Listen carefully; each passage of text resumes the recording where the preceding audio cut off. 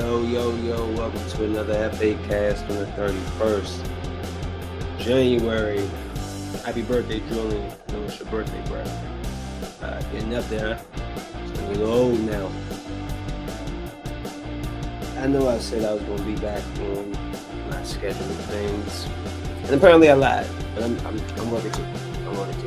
There's been a lot of ideas for things, but people haven't made it come to fruition. Participation, either or.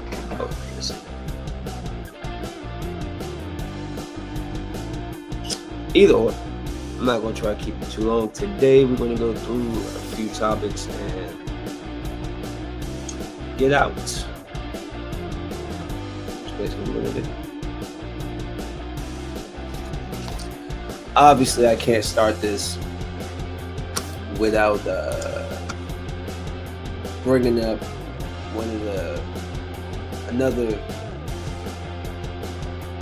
ridiculous situation, as far as police and such. Tyree Nichols, he was beaten to death while in custody of the police. The Freddie Grays, we seen Rodney King, seen George Floyd. We keep seeing this happen over and over and over. And it's like, it's just funny to me how quickly things move when it's the,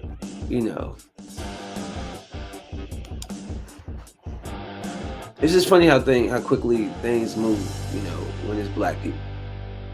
When George Floyd had a knee on his neck, it took, a minute to get these guys indicted. They sound like they was indicted before they even did the attack. For those officers, screw y'all, We talk about what whites do to us. It's what we do to us. Most of the time, we do enough damage amongst our own community.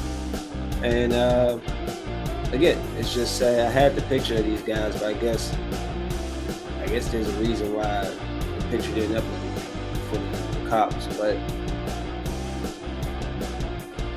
it's just ridiculous, yo. It's another example of people abusing their power and their authority.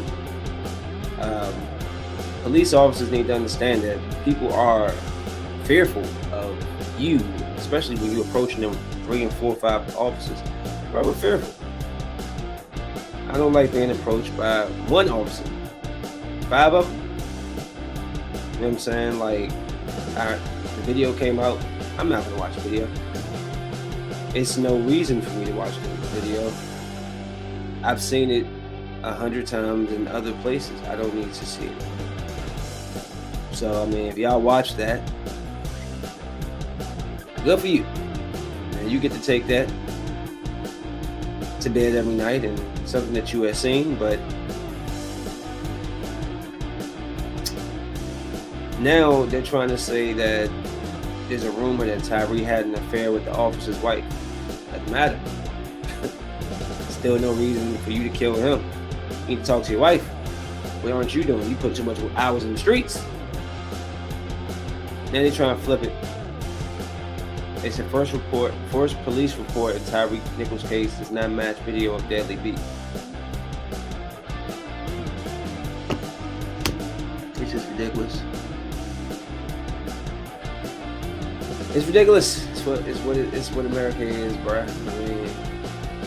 Which is perfect because you people covered a lot of that conversation in the group. How we come from 2 different sides and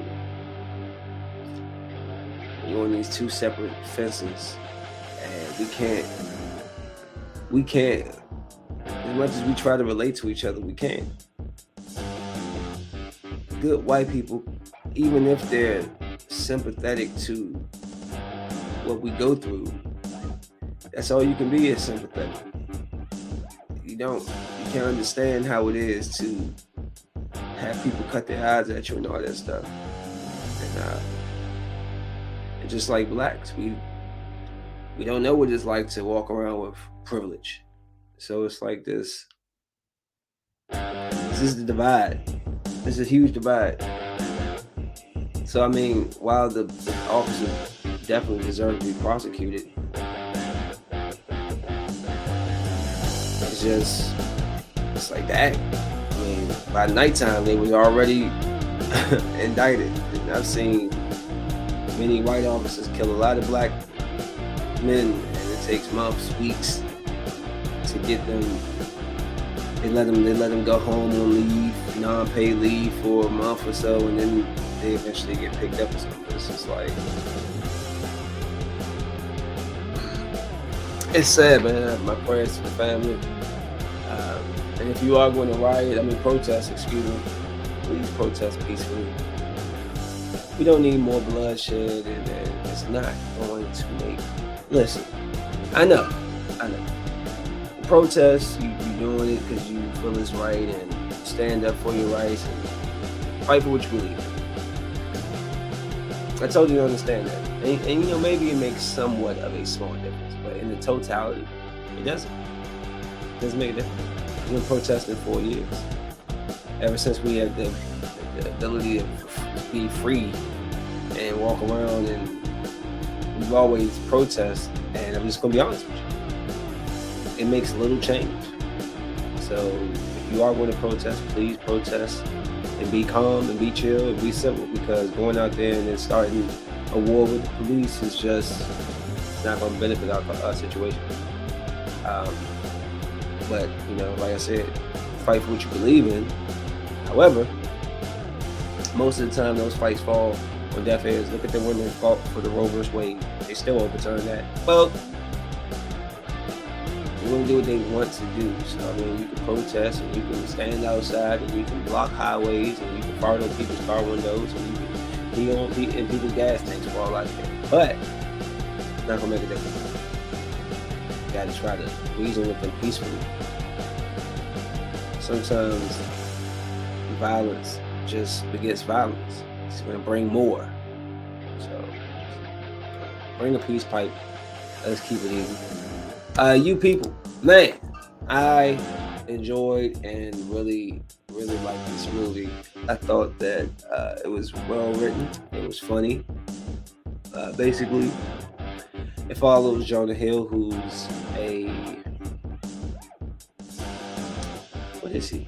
He works in something with a lot of money, like works with stock, not like stocks, but he works with something like trading or something.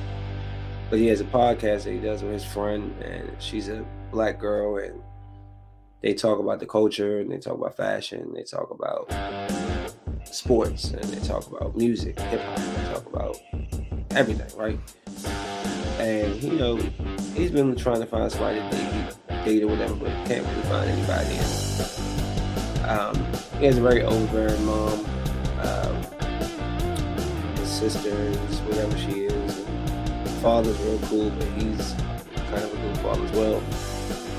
He ends up jumping into Lauren London's car, thinking she was an Uber, and that's how they end up meeting each other. At that point, they end up going out, and in time, going out, being genuine, having genuine conversation, they ended up they ended up falling for each other, And so it was time for the parents to meet, the girlfriend and the mother, the white mom who comes from privilege and money. She was just acting weird, trying to be nice, but it was coming off inappropriate. Talking about the hair, just doing a lot, trying to talk about Black Lives Matter, and then pushing police brutality, talking about, not pushing it, but talking about it, and all this, just, it's not really cool conversation to have somebody the first time. They were really trying hard, right? So it's a lot of that going on. Then you meet Eddie Murphy's side. Lauren London's father is like Eddie Murphy and Nia Long. They're very astute, and they're coming off like the buttholes, really against him especially Eddie Murphy. Like, didn't give him a chance. He just saw him as this white privileged kid, and he labeled him as that. He tried everything to disrupt him and everything, and succeeded. They ended up calling off their marriage or whatever. But ultimately, you know, the family, his podcast blew up, and the family realized that they made a mistake and brought it back together. But there's a lot of conversation in the movie about black and white that you should watch and listen to. It's a really good movie. But that they really talk about, they was cooking Drake in that movie. They just said something about Obama. It was a funny movie, You People. Really, really funny. It was cool. It was really cool. And like I said, the conversation in the movie,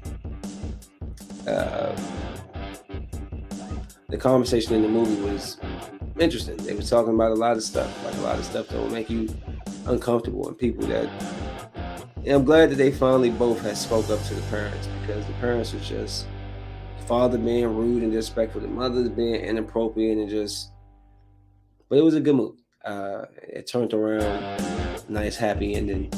So if you got an hour and 40 minutes or so, I think, go and check out You People, man.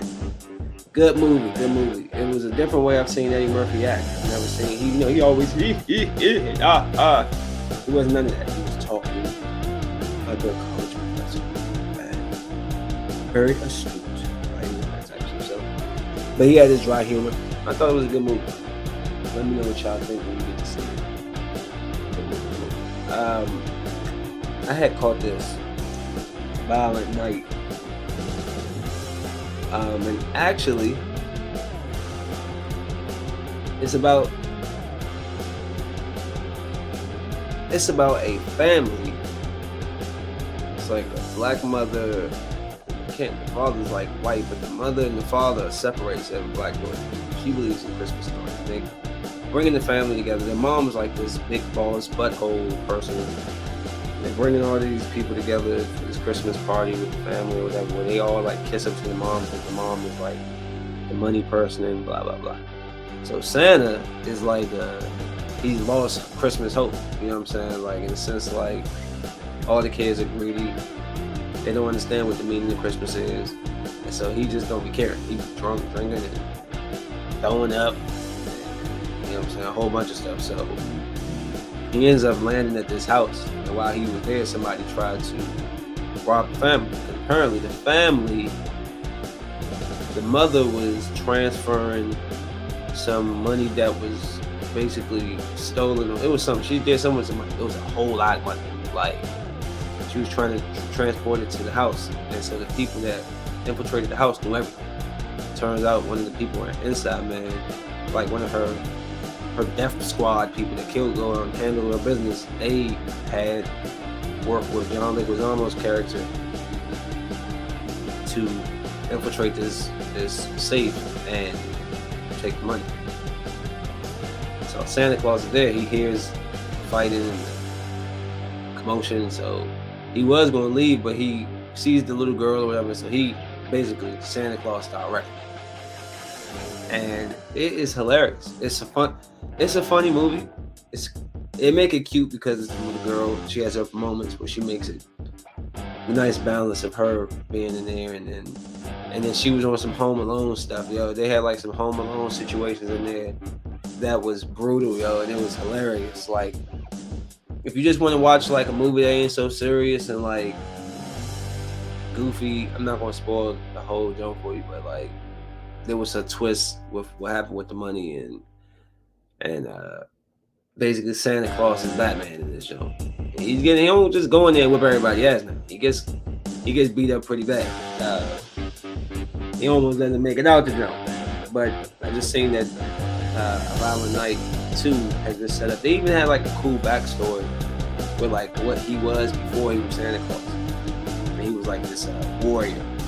And Santa Claus, he's standing there with this big sledgehammer dripping with blood, and so I wanted to see them kind of play more into that background story of that. We never got to meet Mrs. Claus, but you heard about her.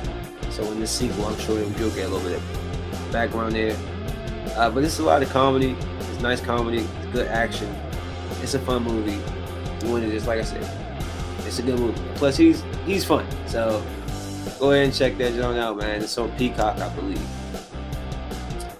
What else? What else we're talking about? I can see what I have here, but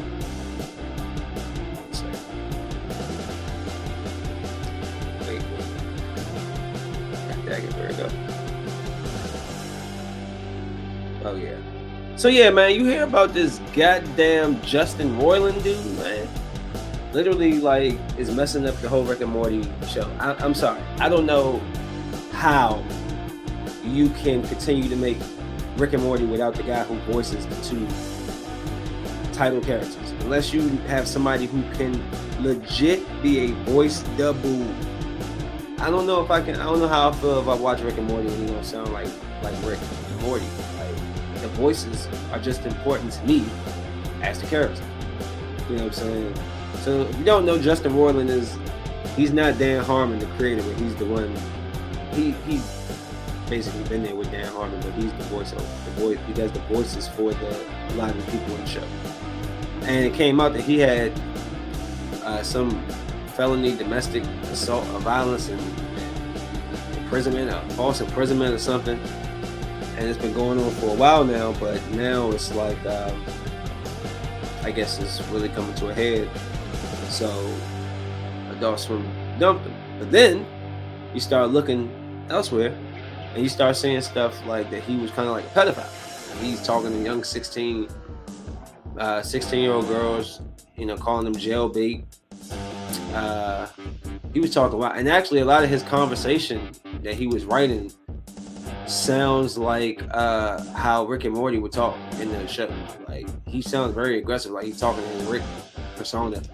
Like, so apparently he was saying that she was talking to this little girl, and, you know, you should just run away from home and go into, as you can see, slavery, you stupid. You see the rest there. So it was just a lot. I don't know, it looks small on my screen, but he was talking a lot, calling her jailbait. There's a lot of women that's saying that. So Justin Roiland, you can kick rocks. I don't wish nothing good. You're a freaking pedophile, and you like to prey on young women. I'm glad they're exposing your ass now, and I hope I don't hear or see your ass again. Moving on. I don't want to give him too much shine. Just wanted to put that out there that Justin Roiland has been fired. He will no longer be voicing the Rick and Morty characters, and I hope he gets 5 to 8 years in jail. Asshole. Super Bowl picks.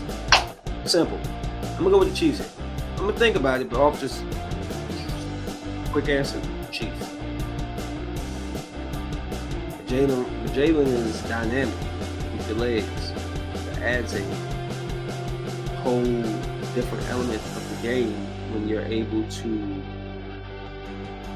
not only drop back and create panic with your arm, you drop back, and if everything is locked up, you take off for 15, 20 yards or all the way down the field. It's gonna be a good game.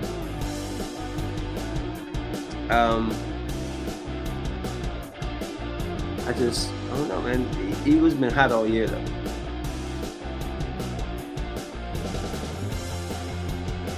But I'm gonna say the last 2 games they kind of like stopped people around. So, you know, what happens to them when they're in a tough contest? See the Chiefs, they battling without. I don't know, it's gonna be a good game. 24, 23, 20, 27, 23. It's gonna be a nice game. I almost picked the score right last week too. I mean, for the past game, I said 24-20, 23-20. I'm gonna go Chiefs. I'm not hating on the Eagles because I'm a Commanders fan. I'm just spitballing. I just want, honestly, this is what it really is. I want Mahomes to win a second. People just underappreciate him. It's like the LeBron effect. Like, he's so great that you just don't value him the same as other people. He came in his first year starting, took him deep to the playoffs. He threw 5,000. Like, he went ham. You know what I'm saying? Like, so it's like, I think he won the MVP this second year starting. And it's like his bar's been high. Keep getting to the championship. And I think people are just underestimating how great he is. So I think that the second Super Bowl will put him into like that conversation where it's like, all right, we're not going to keep. And he should win the MVP this year. No offense to Jalen Hurts, but he got hurt and he missed some time. Mahomes played through better numbers. You know, they're only one game behind as far as total standings. So.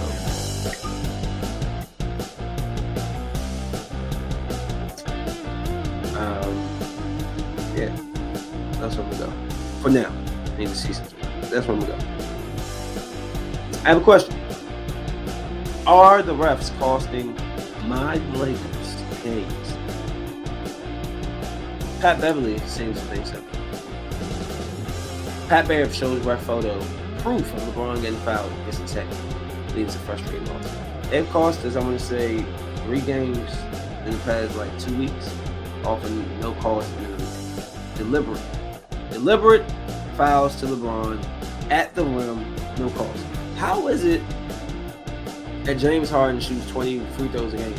LeBron doesn't. They both attack the basket. Like, what makes James Harden, oh yeah, let's give him a call and not LeBron?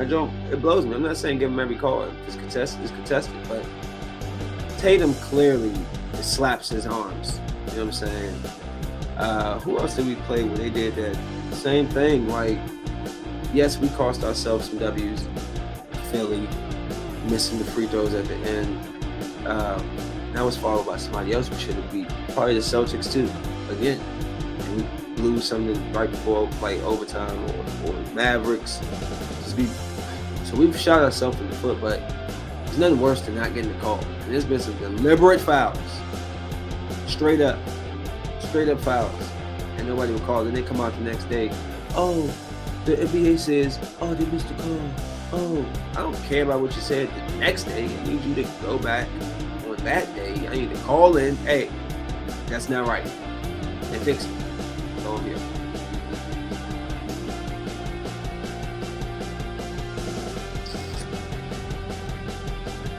I saw this trailer for the Boogeyman. Stephen King's Boogeyman. I want you to watch it. Check it out. Get in here. I don't know how you sleep with all these lights. What are you scared of?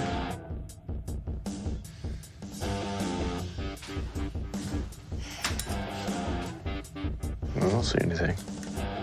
Okay, monster check complete.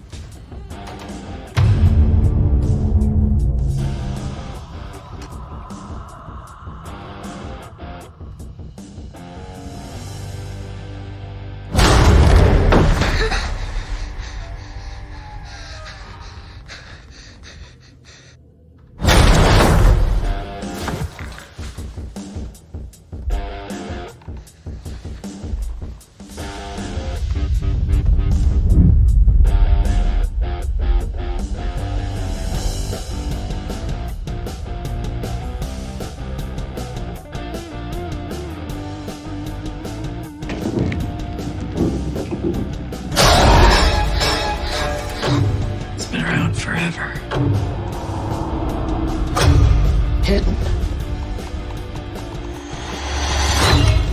In the dark. It's like all those spooky monsters you think are hiding under your bed. It's not real. What is this?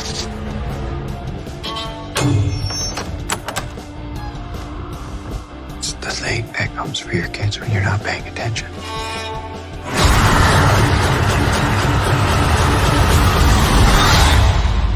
You believe me, don't you?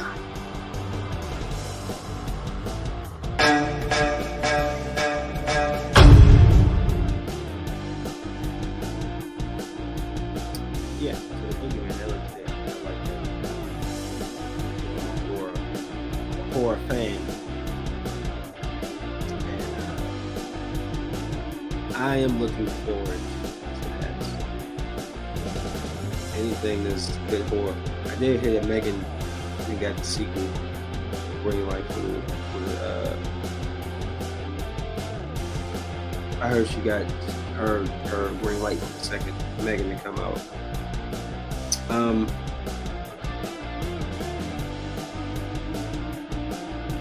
So DC's new president, James Gunn, he finally released with his slate for the next iteration of the DC universe will be.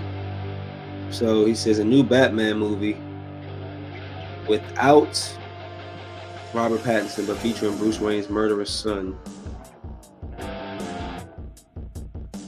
Huh? A new Batman movie without Robert Pattinson, but featuring Bruce Wayne's murderous son. Bruce Wayne wasn't a junior, was he? I know he had a son that was Robin. Who was Robin a murder? I don't get that.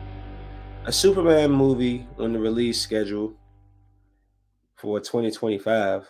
A Game of Thrones style drama set on Wonder Woman's home island of Samaria, I'd be saying. An animated series already in production with featuring Commando. That's just part of what it would be like coming to theaters.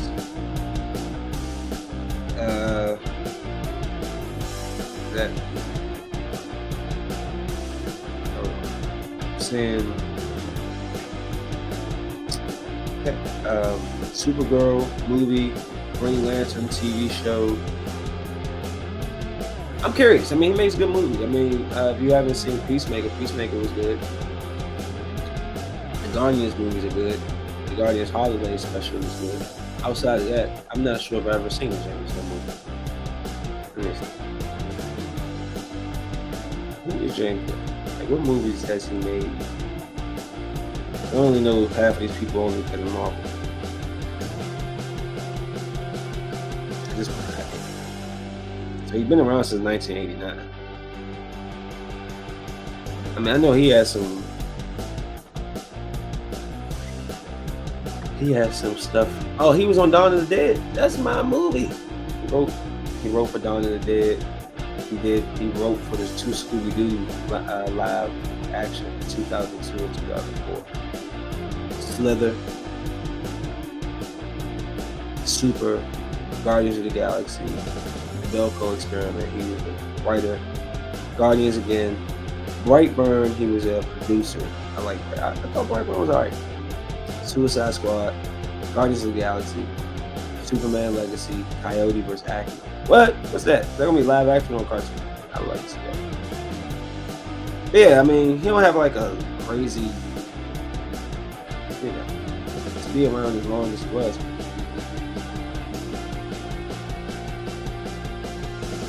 How did he get his start? Anyways, but yeah, so that's the slate of him. I'm trying to think if I got anything else to say because I've been having a slight headache and a tiny toothache. I had to make sure I did what I was supposed to do today. Because I don't know what to say after that, but yeah. I didn't want to cue that. Oh, this is aging well, by the way. You'll be playing with LeBron James and Anthony Davis. Yeah. I made the playoffs last year. Yeah, of course. Yeah, but I'm glad that we get a chance to play with each other. Then anything else, I'm excited to see it. I'm excited, to get the balance. Right now, we sit in 13th place.